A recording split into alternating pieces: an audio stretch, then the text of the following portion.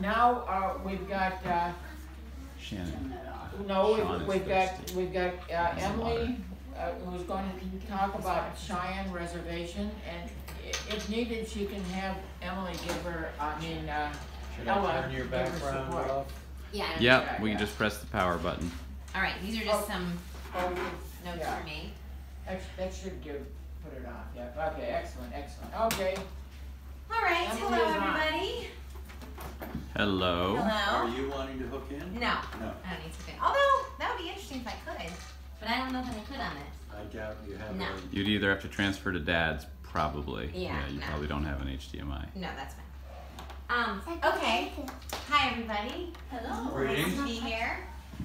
Yes. So you may or may not know, even my own children, that I spent 4 summers on the Cheyenne River Native American Reservation. Yes, I'm aware. Yeah. Okay. Uncle Jesse spent one night there. One night. Early on. Yep.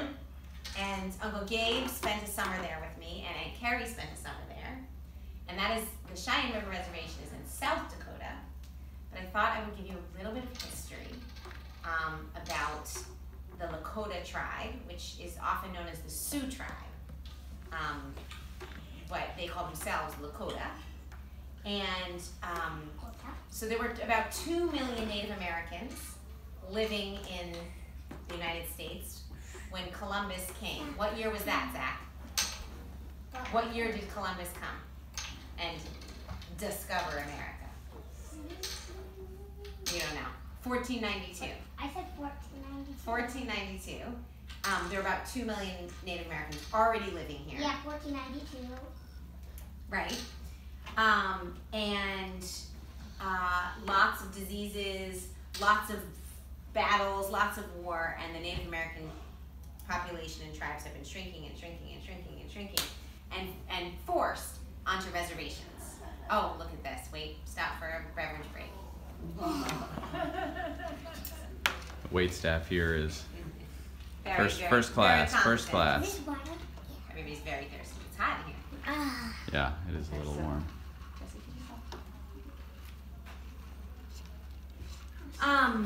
Okay, so there are 3 Sioux tribes in the plains. The Lakota tribe, they speak, I'll say this, see if I say this right, Lakota-Yapi, the Lakota language. And when I was living on the Cheyenne River Reservation, people spoke it. They learned in school. They went to a school with other Native American children, and they learned their language, so they could speak Lakota. And some of the elders would also speak it. The Lakota originally lived along the Mississippi as farmers and hunters, but then as they, through different battles and wars and fights, they were sort of forced to find new land, and they ended up coming to the plains of North and South Dakota, and they became nomadic people, moving around. And they called it, and I like this expression, they learned to live in an ocean of grass. That's your land. They learned to live in an ocean of grass. And they have this dance called the grass dance, and this is where I took all this research and started to create my dance from a couple of years ago, where the men go and they flatten the grass. When they come to a new land, and they do like this. And they flatten the earth to make it, they flatten the grass. No, I'm not gonna tell you. And they flatten the grass so that the people can come and put up the teepees and live there. So there's the grass dance. There's also eagles are very, very sacred to the Lakota people. And they have a whole bunch of different ways of honoring that. And one is the eagle dance. So when I created my dance, I made the eagle my sort of lead character, because the eagle is believed to be very, very sacred. They have a lot of animals having sort of sacred meaning and important meaning. What does sacred mean? Sacred means very special and important. So those are the main things. There was couple of other things I wanted to tell you. I did this. There's all this great research from the Kennedy Center, which is what I used when I made my piece. Okay, right. So the shawl dance.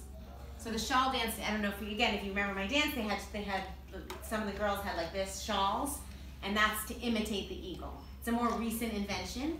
It's not like an ancient dance, but to use the shawls. And then there's also. Oh, maybe we could have that. No, that's okay. The hoop dance, the grass dance. I told you about the buffalo dance, right? There was buffalo are really, really, really important out here on the plains. Source of food, source of clothing. They also use their bladder to make food bags. Yeah, they used every part of the buffalo, exactly. And it's spiritual, especially a white buffalo. Exactly. Yeah. So those are my main points, I think. Ella's noticing some of this. Yeah. The Lakota are a very amazing, rich tradition, population. It has changed a lot. Can you show us more of the dance? I don't know. I mean, I did another section that was like based off of their, what do you call it, jingle dance. I just YouTube researched a lot of traditional dances. I actually called up, funny story, I called up a company in Brooklyn that teaches Native American Lakota dance, and I saw that they taught the grass dance and they taught the jingle dance, but they refused to teach me. Why? Because I'm not Native American. And they were actually very offended and insulted that I would be dishonoring the Great Spirit and bad things would happen. So that was an interesting phone call. So I was like, alrighty then, I will not be doing that. So that's an interesting part of the push and pull of the culture. Meaning you didn't have them teach you, but they you wouldn't still, allow me to come. but you still did the I did dance. my own research on YouTube. Yes. And so far things are okay. So far things are okay. Well, that reaction is related to why Benwell's wife couldn't publish a book she wrote about Native Americans because she's not a Native American. It's very tricky, and I definitely took a risk making this piece. I mean, a little bit of a risk that someone would see it and be very offended. But where did you do it? I did it for NDI. India. And just, as you know, if you're a sports football fan or anything, forever it was the University of North Dakota, which were right next to where the Fighting Sioux. Right. And the Sioux like that.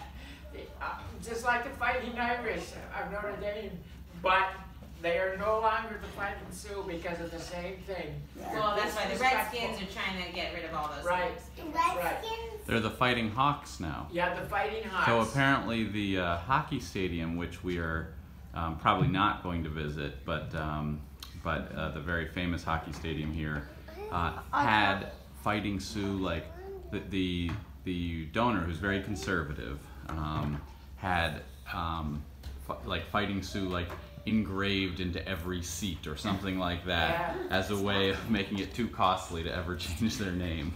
So I think there's probably still plenty of the old name around. There is, and when I was in high school, every year in the basketball team, men's basketball, we play the Sioux Indian Reservation. And I bet they don't have that anymore either. Well, they still have the the reservation. Yeah, it's still a reservation reservations. in there. And they actually call themselves Indians, which is interesting. Yeah. That was interesting for me.